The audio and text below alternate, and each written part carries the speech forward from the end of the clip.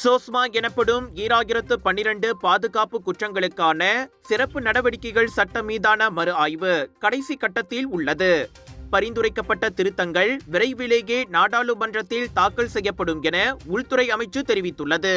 பாகான் நாடாளுமன்ற உறுப்பினர் லீம் குவான் எங்கின் கேள்விக்கு மக்களவையில் எழுத்துப்பூர்வமாக வழங்கிய பதிலில் அமைச்சர் டத்துஸ்ரீ சைஃபுடின் நசுத்தியோன் இஸ்மாயில் அவ்வாறு கூறினார். கூட்டரசு அரசியலமைப்பு சட்டத்திற்கும் மலேசியாவின் அனைத்துலக மனித உரிமை கடமைக்கும் இணங்க சர்ச்சைக்குரிய அச்சட்டத்தின் கீழ் பட்டியலிடப்பட்டுள்ள குற்றங்களில் 73 குற்றங்கள் ஆராயப்படுகின்றன.